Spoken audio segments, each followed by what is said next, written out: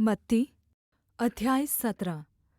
6 दिन के बाद यीशु ने पतरस और याकूब और उसके भाई यूहन्ना को साथ लिया और उन्हें एकान्त में किसी ऊँचे पहाड़ पर ले गया और वहाँ उनके सामने उसका रूपान्तरण हुआ। और उसका मुँह सूर्य के समान चमका और उसका वस्त्र ज्योति के समान उजला हो गया।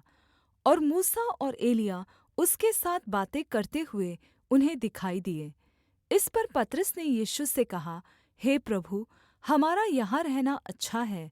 यदि तेरी इच्छा हो तो मैं यहाँ 3 तम्बू बनाऊँ, एक तेरे लिए, एक मूसा के लिए और एक एलिय्याह के लिए। वह बोल ही रहा था कि एक उजले बादल ने उन्हें छा लिया और उस बादल में से यह शब्द निकला, यह मेरा प्रिय पुत्र है, जिससे मैं प्रसन्न हूँ, इसकी सुनो। चेले यह सुनकर मुँह के बल गिर गए और अत्यन्त डर गए। यीशु ने पास आकर उन्हें छुआ और कहा, उठो, डरो मत।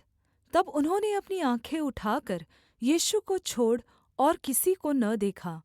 जब वे पहाड़ से उतर रहे थे, तब यीशु ने उन्हें यह निर्देश दिया, जब तक मनुष्य का पुत्र मरे हुओं में से न जी उठे, तब तक जो कुछ तुम ने देखा है किसी से न कहना। और उसके चेलों ने उससे पूछा, फिर शास्त्री क्यों कहते हैं कि एलिय्याह का पहले आना अवश्य है? उसने उत्तर दिया, एलिय्याह तो अवश्य आएगा और सब कुछ सुधारेगा।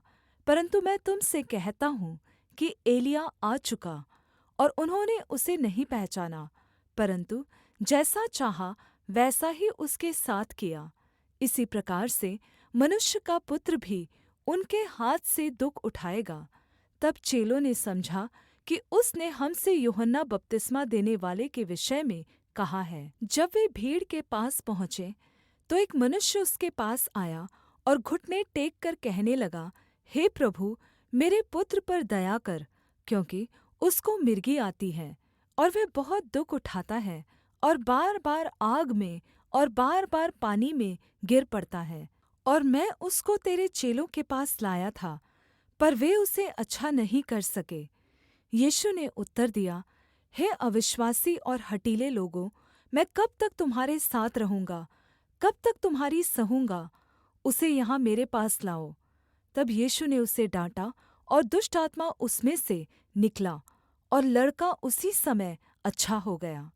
तब चेलों ने एकान्त में यीशु के पास आकर कहा, हम इसे क्यों नहीं निकाल सके? उसने उनसे कहा, अपने विश्वास की कमी के कारण। क्योंकि मैं तुम से सच कहता हूँ, यदि तुम्हारा विश्वास राई के दाने के बराबर भी हो, तो इस पहाड़ से कह सकोगे, यहाँ से सरक कर वहाँ चला जा, तो वह चला जाएगा, और कोई बात तुम्हारे लिए अनहोनी न होगी। पर यह जाति बिना प्रार्थना और उपवास के नहीं निकलती। जब वे गलील में थे, तो यीशु ने उनसे कहा, मनुष्य का पुत्र मनुष्यों के हाथ में पकड़वाया जाएगा और वे उसे मार डालेंगे, और वे तीसरे दिन जी उठेगा। इस पर वे बहुत उदास हुए। जब वे कफरनहूम में पहुँचे, तो मंदिर के लिए कर लेने वालों ने पतरस के पास आकर पूछा, क्या तुम्हारा गुरु मंदिर का कर नहीं देता? उसने कहा, हाँ, देता है। जब वह घर में आया, तो यीशु ने उसके पूछने से पहले उससे कहा, हे शमौन, तू क्या समझता है? पृथ्वी के राजा चुंगी या कर किन से लेते हैं, अपने पुत्रों से या परायों से? पतरस ने उनसे कहा, परायों से। यीशु ने उससे कहा, तो पुत्र बच गए। फिर भी हम उन्हें ठोकर न खिलाएँ। तू झील के किनारे जाकर बंसी डाल, और जो मछली पहले निकले उसे ले, तो तुझे उसका मुँह खोलने पर एक सिक्का मिलेगा। उसी को लेकर मेरे और अपने बदले उन्हें दे देना।